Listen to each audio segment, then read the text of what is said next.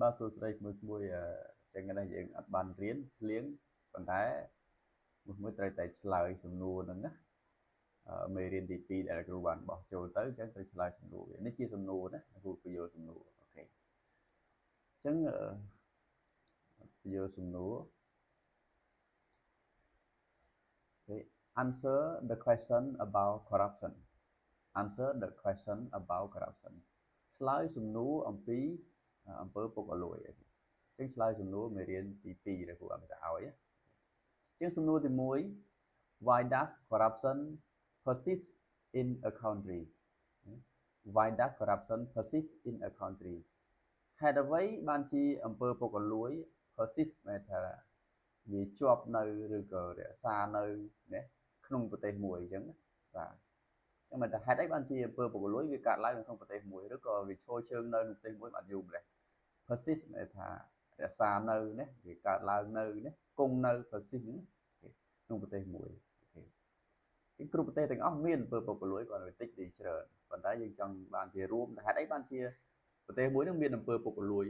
រក្សានៅអញ្ចឹងរបៀបឆ្លើយមើលណាអូខេ The corruption persists in a country because the corruption persists in a country because អំពើពុករលួយរក្សានៅឬក៏ជាប់នៅក្នុងប្រទេសមួយដោយសារ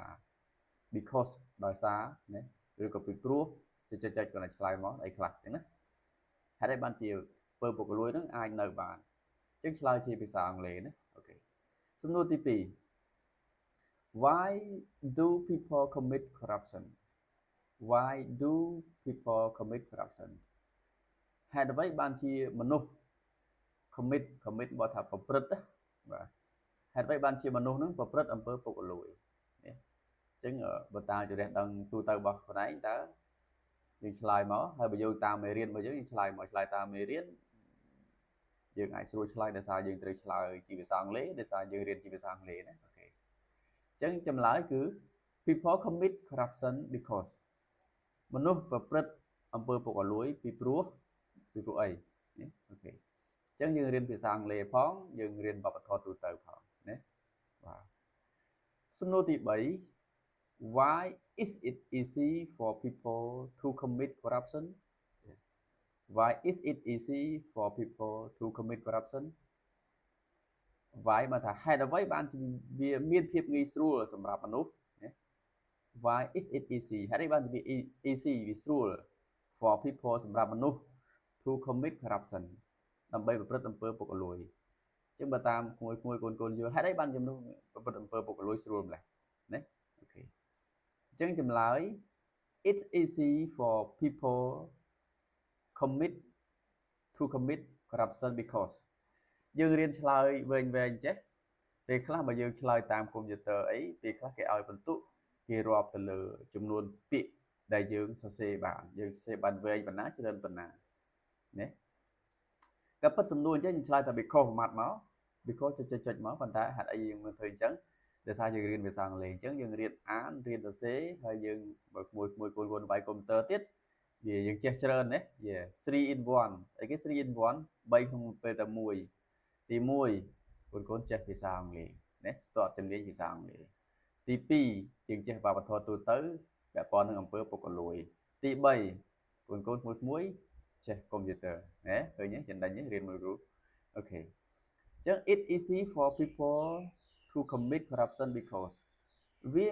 ស្រួលសម្រាប់មនុស្សប្រព្រឹត្តអំពើពុករលួយពីព្រោះចុចដាក់មកក្នុងមេរៀនណាអញ្ចឹងស្ដាប់អត្ថបទមេរៀនហ្នឹងយើងអាចឆ្លើយបានសំណួរទី4ចុងក្រោយ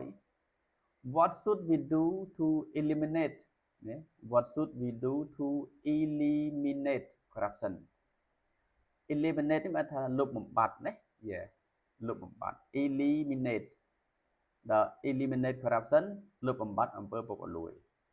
អញ្ចឹង what should we do to eliminate corruption តើយើងគួរធ្វើអ្វីខ្លះដើម្បីលុបបំបាត់អំពើពុករលួយណាធ្វើអ្វីខ្លះអញ្ចឹងចម្លើយថាម៉េច to eliminate to បកថាដើម្បីណា to eliminate corruption ដើម្បីលុបបំបាត់អំពើពុករលួយ we should បកថាវាគួរតែយើងគួរតែ we should ចុចណាអញ្ចឹងឆ្លើយមកហើយ